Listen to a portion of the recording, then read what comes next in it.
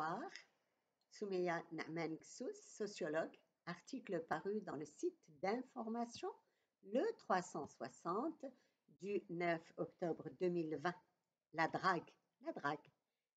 Est-ce la faute des femmes et de leur tenue provocatrice? La drague. Lors du confinement, j'ai demandé à des hommes, lors d'enquêtes, ce qui leur manquait le plus.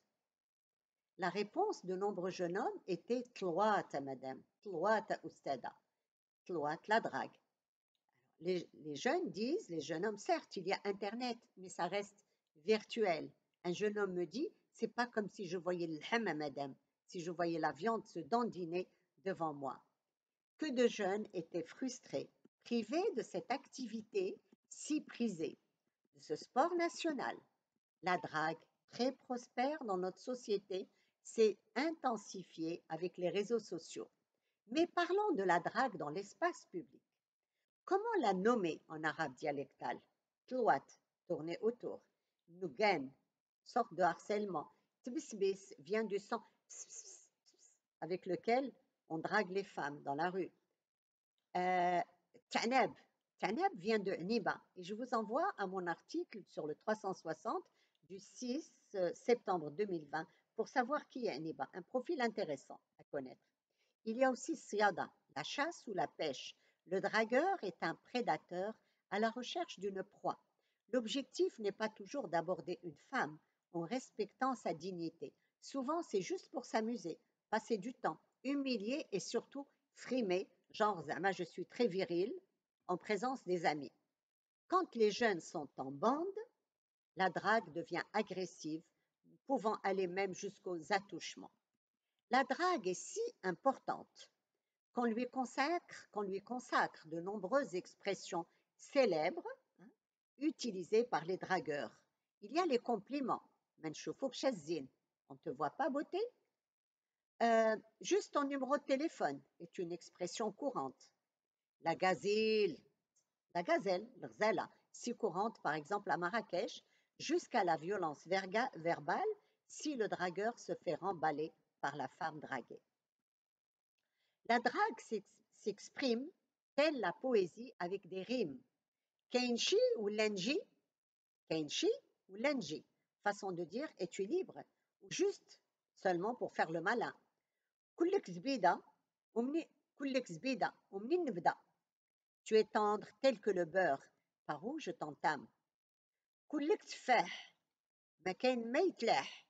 Tu es entièrement pomme, il n'y a rien à jeter en toi. نهدي المليون على اسمر اللون. نهدي مليون على اسمر اللون. J'offre 1 million pour une brune. Après ça, il y a des termes, des expressions moins élogieuses. On peut dire à une blonde, كل شي زعر ولا غير كل شي زعر ولا غير سقف. Tout est blanc ou juste le toit. C'est une référence au poil du pubis, bien sûr. Ou alors, شعوبية ديال العطار ولا ديال الله. شعوبية ديال العطار ولا ديال الله. Ta blondeur est celle de l'herboriste ou de Dieu. À une fille de forte corpulence, grosse, on dit jarrakar ولا دوار العسكر. Jarrakar ولا دوار العسكر. Tu tires un cul ou une base militaire en référence à Douar al-Askar qui est une base militaire à Marrakech. Pour nos pauvres dragueurs, c'est Ève qui séduit malicieusement Adam. Les hommes disent, un témoignage, les femmes nous attirent par leur tenue provocatrice. Une expression l'exprime. Ntouma zéro, وحنا نخطرو. Ntouma zéro, وحنا نخطرو. Portez des habits moulants et nous choisissons parmi vous. Les femmes sont perçues comme de la marchandise. Un jeune nous dit, elles sont dénudées. Je ne peux me maîtriser, moi. Elles n'ont qu'à se couvrir. Sauf qu'aucun profil féminin n'échappe à la drague et à l'ingéniosité de nos poètes du ridicule. Il y a des formules, même pour celles qui sont entièrement couvertes. À une fille qui porte le foulard mais des habits provocants, on dit « Iqra min al-fawq wa rotana min al-taht ». Iqra est une chaîne d'émissions religieuses en haut et Rotana, une chaîne arabe de musique, en bas. Ou alors, Jlalib ou l'Qwalib, La djellaba n'est qu'une ruse chez toi. Même les filles bien voilées, cachant leurs atouts sous des vêtements amples ou une burqa, ne sont pas, tranquilles. Euh, un homme peut lui dire, la sœur musulmane se joue de moi. Je me ruine pour le foulard bleu. Et il y a tout un glossaire sous forme de prière adressée à Dieu.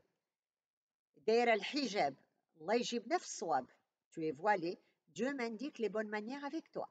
Pour celle qui porte la burqa,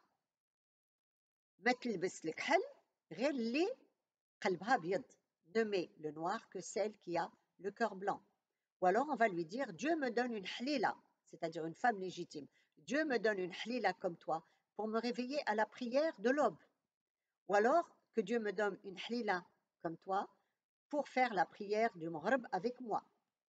Dieu me donne un pèlerinage à la Mecque avec toi.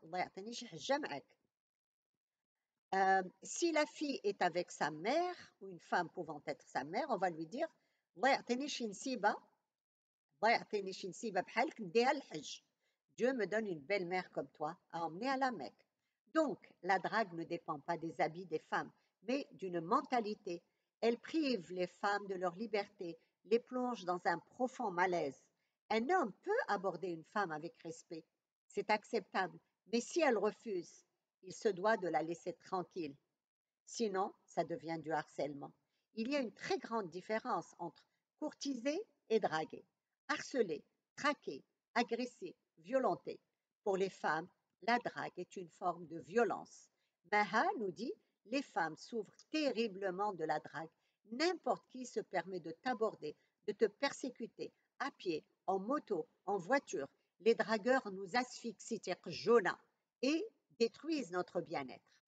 Selon la loi, l'harceleur sexuel dans les espaces publics et lieux de travail risque jusqu'à 4 ans de prison.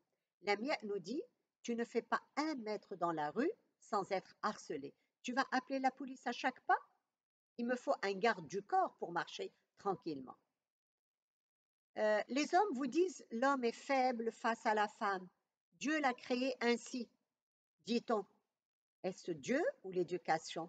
Les parents et le système scolaire ont un rôle à jouer pour apprendre aux hommes à respecter les femmes et la dignité des femmes, comme ils exigent que la dignité de leurs propres sœurs et de leurs propres filles soit respectée. Je vous remercie.